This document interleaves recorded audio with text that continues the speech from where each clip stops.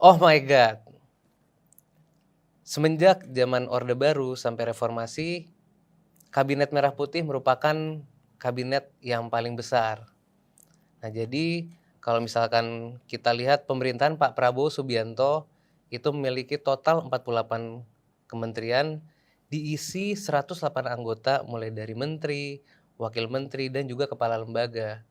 Nah, apakah kabinet yang besar ini bisa memberikan dampak dari program-program unggulan mereka ke depannya untuk kemajuan Indonesia?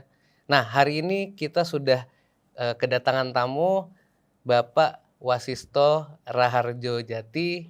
Beliau adalah peneliti politik dari BRIN. Langsung aja kita sambut Mas Wasis. Gimana kabarnya? Kabar baik, Mas. Kabar baik ya. Mas Erwin. Sehat semua kan? Sehat, alhamdulillah. Nih dengar-dengar nih kemarin abis launching buku nih kayaknya nih. Betul, betul. Betul. Jadi itu buku dari hasil tesis saya di Australia, Mas. Ini kalau boleh tahu bukunya tentang apa nih, Mas? Bukunya lebih pada bagaimana sebenarnya pemilih itu uh, menggunakan persepsi gender atau faktor pendidikan, ekonomi yang itu kemudian menjadi pertimbangan-pertimbangan ketika mereka nanti memilih kandidat di TPS. Jadi kita tidak melihat satu faktor, tapi banyak faktor yang itu sampai di akhir apakah masih sama dengan referensi sebelumnya atau banyak sebenarnya. Jadi seperti itu, Mas Fadil. Berarti awal nih dari riset S2, habis itu dijadikan buku lah ya sama Mas ya. Kenapa tuh akhirnya sampai pengen nih ya udah deh dijadiin buku aja deh sekalian. Ya kalau kata Pramudia kan buku itu sebagai bagian dari peninggalan intelektual, Mas. Oke, Jadi setuju. kalau kita itu meninggal paling enggak bukunya masih hidup lah gitu loh. Oke, jadi legasinya ada Legasinya ya. ada, jadi dianggap peneliti itu masih sah gitu loh. Oke, oke.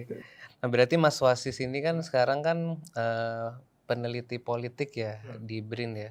Nah mungkin boleh ceritain Mas kalau peneliti politik ini sebenarnya skop kerjanya tuh ngapain sih di BRIN?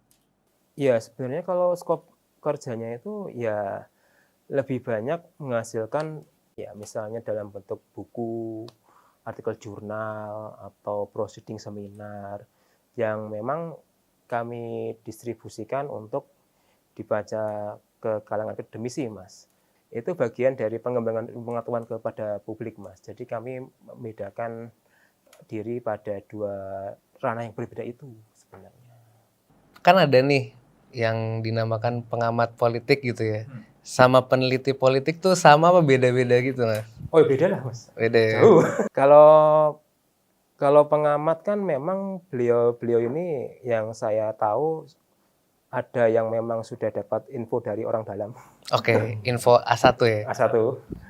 Tapi kalau peneliti kan dia basisnya adalah kerangka pengetahuan yang itu menjadi dasar analisis kan. Sehingga kita kalau kemudian menyampaikan sesuatu itu ada dasar rujukan citasinya gitu loh, seperti itulah. Oke. Jadi tidak mengandalkan info A1 kalau cuman di berbagai macam forum kan memang lebih banyak yang menjadi sumber informasi kan yang pengamat karena infonya kan tidak tersebar luas. Sehingga itulah yang saya lihat salah satu bedanya ya. Yang lain mungkin kalau pengamat kan belum tentu nulis, Mas. Belum tentu ya, ngamatin dulu aja Iya. nih. Ngamatin. Kalau berarti harus nulis gitu. Harus nulis ya. Ya, jadi tapi belum tentu ngomong. Belum tentu ngomong. Nah, itulah bedanya. Bedanya di situ ya. Oke, oke, oke. Nah, mungkin nih hari ini nih kita juga cocok nih ya. Di sini udah ada Mas Wasis sebagai peneliti politik. Nah, hari ini kita mau ngomongin apa nih, Mas? Soal postur kabinet yang gemuk, Mas. Oke. Tadi kan seperti di OSI itu kayak gimana tuh, Mas? Kalau Mas mengamati pemerintahan di sana tuh, kementeriannya gimana sih? Kalau dari kabinet ke kabinet itu nggak lebih dari 34. Yang sekarang aja di bawah Perdana Menteri Albanisi kan cuma 32 menteri. Oke, 32 ya. Dan itu hampir sama dengan negara lain kan, misalnya di India itu cuma 30 malahan. Tapi kalau di negara lain ya misalnya Amerika Serikat itu 15 malahan. Artinya sebenarnya kalau kita lihat tidak ada postur yang ideal soal kabinet, Mas. Cuman yang kita bisa asumsikan apakah sistem yang berlaku itu juga membedakan postur kabinet ya, karena saya lihat tuh ada beda antara sistem presidensialisme sama parlementer. Jadi itu yang mungkin menjadi dasar kita untuk melihat seberapa idealkah kabinet itu ada itu, Mas. Amerika presiden itu 15 kilo. Iya, tapi kan mereka terdesentralisasi ke negara bagian. Jadi kalau kecenderungannya adalah kalau negara federal itu mereka ramping di atas, gemuk di bawah. Karena semua urusan diserahkan kepada pemerintah negara bagian.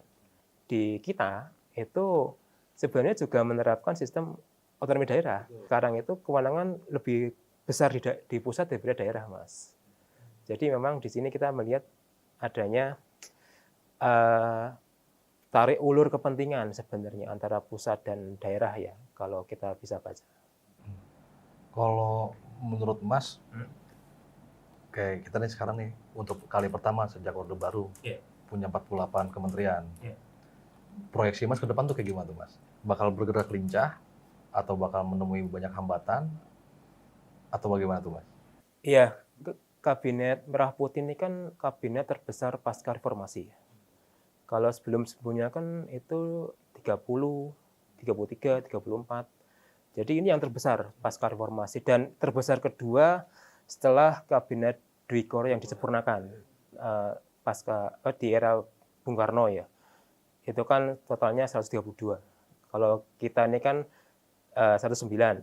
Tapi kalau digabung sama utusan sama badan-badan ya 123 lah. Jadi memang ini yang terbesar kedua sepanjang sejarah kabinet di Indonesia ya. Nah, apakah itu akan linear ke depan? Ya memang di sini kan kita perlu melihat kalau urusan kementerian pembentukan kabinet itu kan urusan prerogatif presiden. Nah, cuman yang kita lihat adalah apakah memang ini akan menjadi semacam pola ke depan setelah Kementerian Negara direvisi atau seperti apa? Karena memang kalau kita lihat adanya pemisahan fungsi kementerian induk ya menjadi 3 kementerian, ada yang 2 kementerian.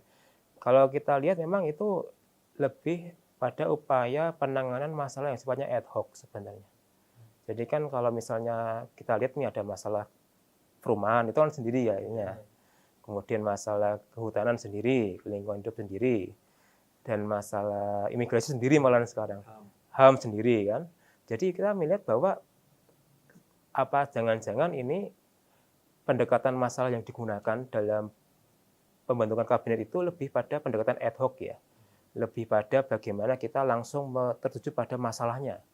Karena kan dulunya mungkin yang kita lihat ketika semua masalah digabungkan dalam satu kementerian itu mungkin ada yang parsial penyelesaiannya. Sehingga untuk yang sekarang ini dibentuklah banyak kementerian sebagai bagian untuk penyelesaian secara langsung seperti itu. Mungkin itu sisi baiknya ya. Ya sisi sebaliknya itu memang akhirnya juga menimbulkan disrupsi di dalam kan sebenarnya. Karena yang kita lihat sekarang ini kan banyak menteri yang belum dapat kantor kan. Iya. Kantornya bingung mau kemana. Ini kan bagian dari proses proses manajemen birokrasi yang juga harus disesuaikan.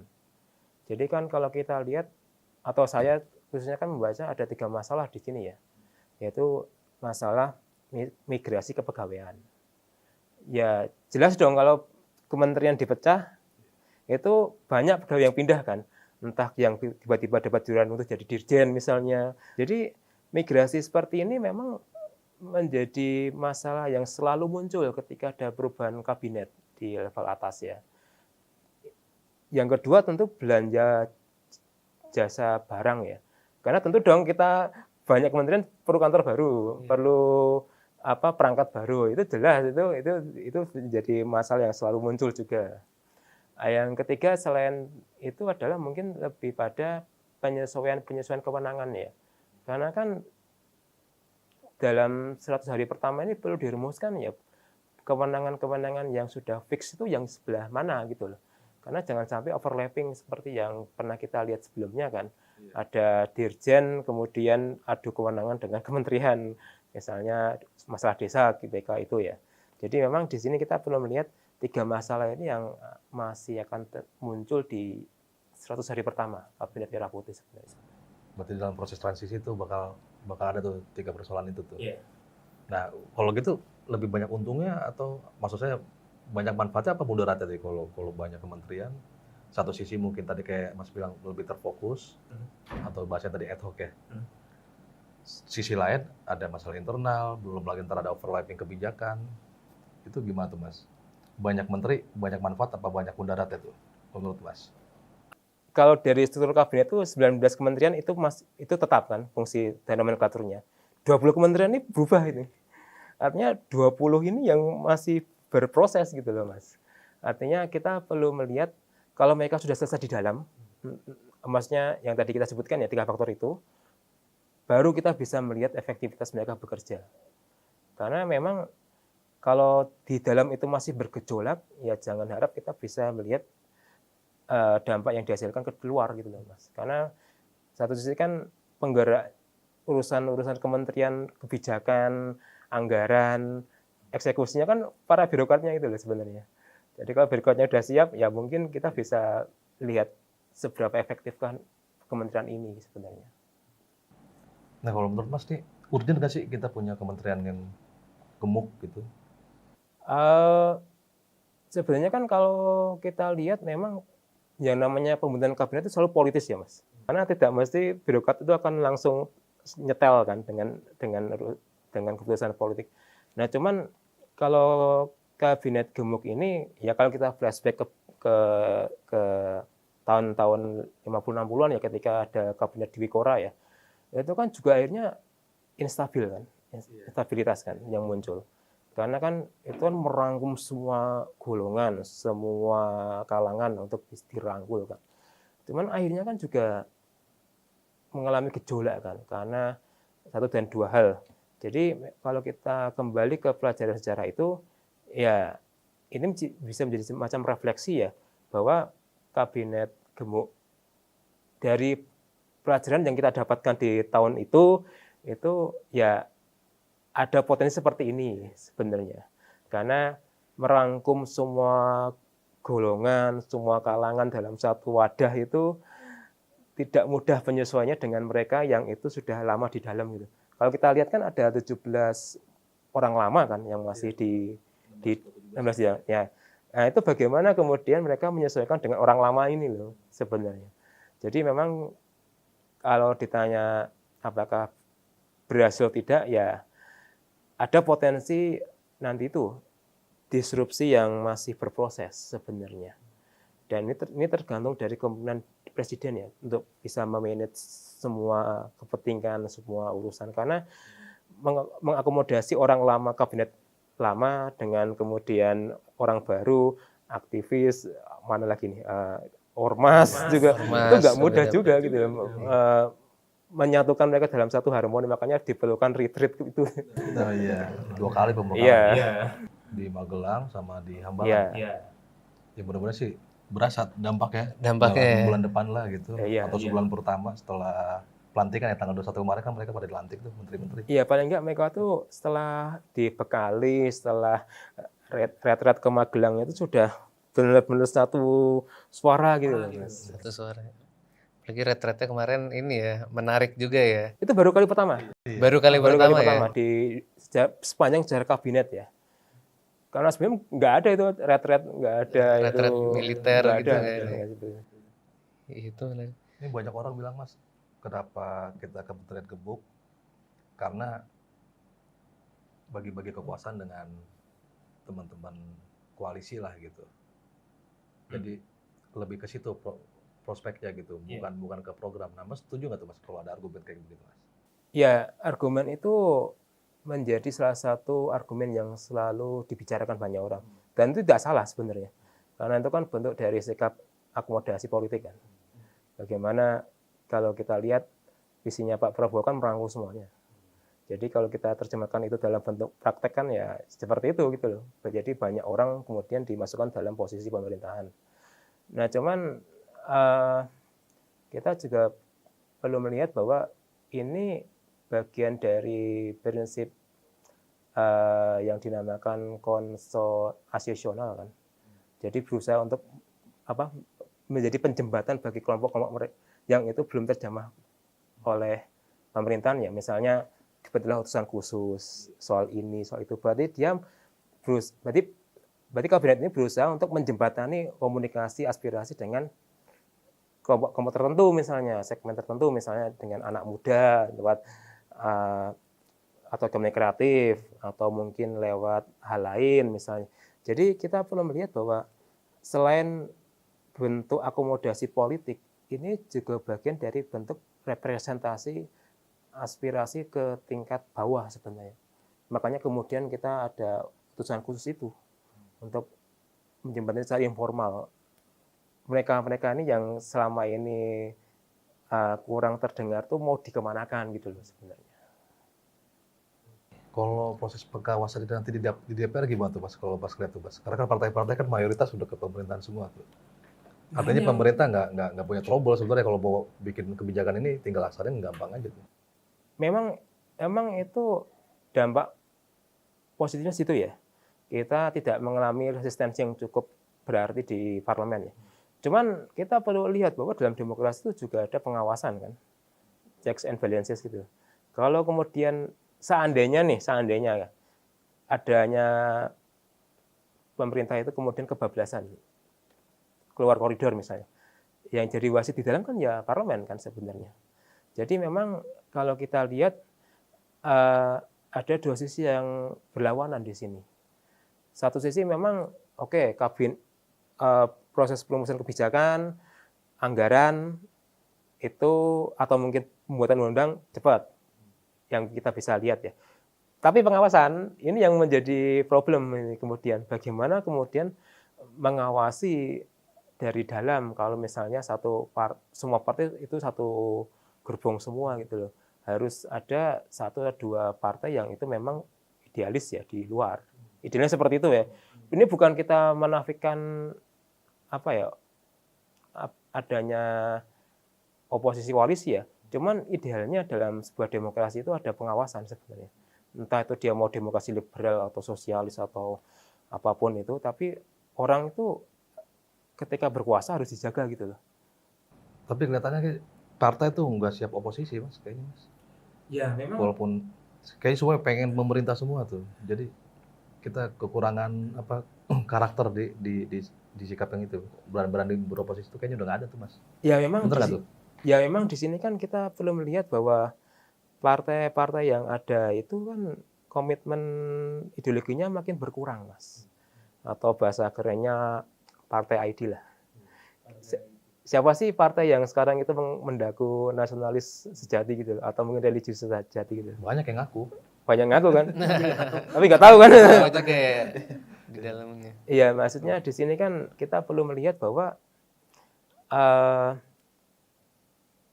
ketiadaan ideologi seperti itu yang membuat partai-partai kemudian pragmatis kan. Jadi orientasinya itu bukan pemerjuangan ide ya, seperti yang di negara-negara demokrasi maju ya, misalnya di Barat kan kita ada partai liberal, partai buruh, ada partai Republik Demokrat yang itu kan beda secara platform kan. Nah, kita semua bisa dinegosiasikan masalahnya. Dan ini yang bahaya sebenarnya buat demokrasi kan, karena idealnya itu ada pertarungan ide gitu loh. Bukan konsensus ide itu loh masalahnya. Ini yang kita kemudian sayangkan dalam perkembangan 10 tahun ini. Nah Mas nih ngeliat tren ke depan kan ada nih 1-2 partai lah yang nggak punya wakil di pemerintahan. Yeah. Itu nantinya bakal terbentuk mereka emang benar-benar murni di luar pemerintah dalam arti jadi sparring partner buat pemerintah atau nanti ujung-ujungnya mereka malah gabung juga ke pemerintahan tuh Mas? Ya sebenarnya kan kalau menjadi oposisi di Indonesia kan adalah harga mahal ya Mas. Ya siapa sih yang mau jadi oposisi dengan tidak ada akses ke sumber negara gitu. Itu kan sikap yang sangat idealis sekali gitu. Nah cuman kalau kita lihat di 10 tahun terakhir ini kan memang mungkin hanya PKS ya yang tetap berada di jalur oposisi ya ketika Pak Jokowi berkuasa ya. atau mungkin PDIP 10 tahun di era Pak SBY lah. Nah, setelah 2 partai itu kita masih meraba-raba nih. Ada nggak yang mau kuat di luar pemerintahan gitu loh. Karena kalau kita lihat dari pengalaman oposisi kan selain dia harus sebagai partai besar punya jaringan dan juga punya perwakilan di daerah gitu loh, melalui kepala daerah di masing-masing tempat.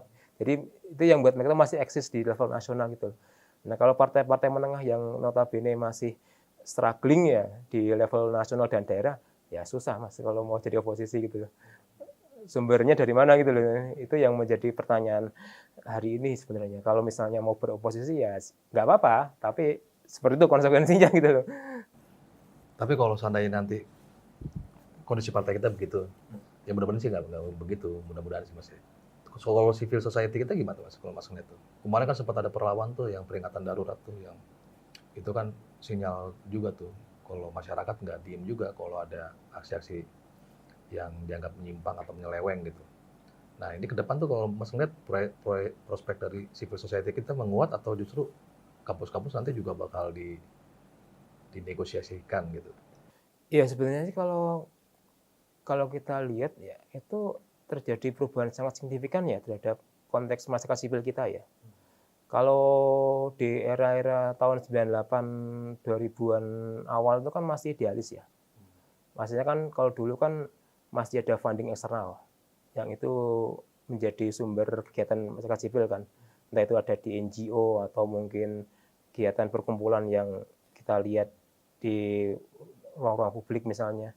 Tapi makin ke sini kan saya pikir makin tereksklusi ya. Ya mungkin kita dibantu dengan adanya sosial media ya, yang menjadi pemantik kita untuk tetap bergerak dan juga mengawasi dari luar. Cuman yang kita lihat makin ke sini kan kita juga menghadapi otoritarianisme digital. Entah itu pengerahan pasukan cyber lah atau buzzer-buzzer yang kemudian datang secara anonim menyerang orang, doxing dan lain sebagainya. Jadi memang kita itu makin hari itu ruang publiknya makin juga menyempit gitu loh Mas. Karena itu tadi ya konteks otoritarisme digital itu yang membuat civil society kita itu tidak seidealis yang kita bayangkan gitu loh. Yang mungkin dengan peringatan darurat itu membuat kita melihat oh masih ada nih. Tapi setelahnya kan kembali ke normal lagi kan. Artinya kan yang kita lihat itu pengawalan terhadap isu itu makin lama makin tidak panjang lagi seperti halnya di era tahun 98 2000 yang memang konsisten isunya anti korupsi, pemerintahan bersih. Sekarang mana ada kelompok masyarakat sipil yang konsisten menyerukan itu dari terus-menerus itu Mas sebenarnya. Dan ini yang menjadi PR sebenarnya kalau kita melihat konteks masyarakat sipil sekarang. Ini juga di masa transisi kayak begini juga banyak sebenarnya peristiwa yang menarik tuh Mas, khususnya penegakan hukum gitu. Kayak kemarin tuh Tom Lembong ya jadi tersangka. Terus ada juga kasus yang Ronald Tanur tuh di Ronald Tanur. Ternyata menyasar sampai ke tingkat MA meskipun pensiunan gitu. Itu bisa dianggap wajar atau gimana tuh Mas melihat tuh Mas? Kalau dalam proses transisi ternyata banyak peristiwa-peristiwa hukum yang muncul yang bikin geger juga. Menurut Mas untuk dalam tahap yang wajar atau gimana Mas? Inilah yang kita lihat sebagai sebuah realita ya, bahwa ketika trias politika itu tidak dinyatakan secara seimbang, maka akan muncul itu ekses seperti itu ya, yang mega korupsi lah, gelar kasus lah. Jadi karena memang kekuasaan itu tidak dibagi rata, terutama kalau kita lihat pasca COVID ya, kan eksekutif berkuasa banget tuh. Dan kemudian yang 2 cabang lain itu hanya sekedar formalitas. Jadi memang di sini kita melihat bahwa ketika pembagian kekuasaan tidak seimbang, maka akan selalu muncul tuh masalah-masalah di dalam yang itu akan menunggu bom waktu untuk bergejolak gitu. Berarti bakal ada peristiwa-peristiwa kayak serupa juga dong dalam beberapa hari ke depan nih? Saya pikir iya ya, karena memang di sini kan riak-riak itu kan selalu muncul ya. Entah itu memang bagian dari legasi pemerintahan sebelum-sebelumnya atau memang itu kasus yang tidak terungkap. Jadi memang itu kan selalu muncul Mas dalam proses transisi ini ya. Karena kan yang pemerintahan sebelumnya kan istilahnya kan belum sepenuhnya rela ya, lepas orang-orangnya lah. Sementara pemerintahan baru juga harus segera siap untuk bekerja kan. Jadi memang gejolak-gejolak seperti ini yang saya pikir akan terus berjalan hingga 100 hari ke depan sebenarnya. Terakhir nih Mas, mungkin Mas, prospek demokrasi kita kalau situasi kayak begini gimana tuh Mas ke depan Mas? Kalau dibikin indeks tuh kita demokrasi kita tuh naik, stabil naik atau naik turun fluktuatif atau ada penurunan tajam terus baru boncing tapi sedikit atau gimana tuh Mas? Kalau dibikin grafik itu. Sebenarnya sih kalau demokrasi kita sejak pasca Covid itu selalu menurun Mas. Banyak lembaga survei itu, ini survei internasional ya, bukan survei dalam negeri ya. Itu yang bilang kita demokrasinya demokrasi parsial lah, demokrasi cacat lah, demokrasi yang mengendur lah. Jadi istilah-istilah ini muncul dalam berbagai macam laporan, entah laporan populer atau laporan akademik ya, yang menyebutkan bahwa indeks kita itu makin hari makin menurun. Dan salah satu yang disorotkan adalah soal partisipasi publik kan. Oh, iya. Yang itu menjadi masalah yang selalu disorot. Ya bagaimana kita menggerakkan partisipasi publik kalau beda pendapat sudah di demo, beda pendapat sudah di doxing misalnya, ya repot lah gitu loh. Terus kalau mau ke atas itu nggak ada jalurnya. Jadi memang di sini masalah partisipasi ini yang masih menjadi PR ya untuk apa istilahnya memperbaiki kualitas demokrasi ke depan ya. Selain hanya masalah transparansi dan akuntabilitas yang itu juga menjadi sorotan juga gitu. Karena memang harusnya kan dalam demokrasi itu pemerintahan itu terbuka ya. Tapi makin hari kan makin tertutup kan. Karena semua diseragamkan atas nama urusan negara. Padahal kan tidak semuanya harus seperti itu gitu loh. Publik perlu tahu gitu. Jadi kan publik sebagai pemegang kedaulatan tertinggi kan harusnya harus tahu gitu loh. Cuman itulah yang terjadi sebenarnya. Untuk mengatasinya mulainya dari mana tuh Mas? Mengatasi untuk memperbaiki demokrasi kita yang dalam 10 tahun terakhir menurun gitu.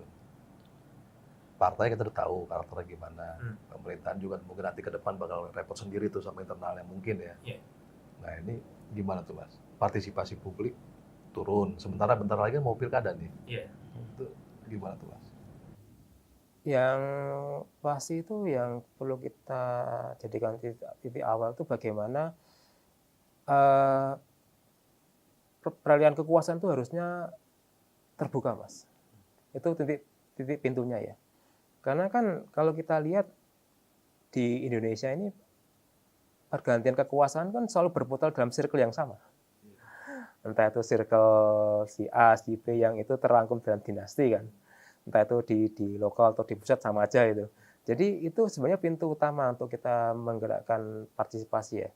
Karena kalau kita lihat kan memang di konteks hari ini mau menyalonkan diri di tingkat nasional aja sudah miliaran lebih kan. Jangankan di level nasional, di level desa aja mau mencalonkan sebagai seorang lurah aja. Itu paling enggak 500 juta keluar. 500 juta keluar. Iya. Setengah M buat jadi calon lurah. Iya. Desa loh. Karena kan desa hari ini kan sangat strategis pula. Mereka ada dana desa. Iya. Oke. Dan jangan salah, kepala desa kan aktor politik paling yang dekat dengan publik gitu loh. Dan itu selalu menjadi rebutan orang-orang atas kan untuk jadikan apalah tim ses atau apa itu. Jadi memang ini yang perlu kita lihat bahwa pergantian kekuasaan atau sirkulasi kekuasaan itu harusnya lebih inklusif ya. Jangan berputar pada circle yang sama gitu loh. Atau mungkin di sini hanya itu aja yang naik, yang turun, kemudian ganti yang relasinya ini. Jadi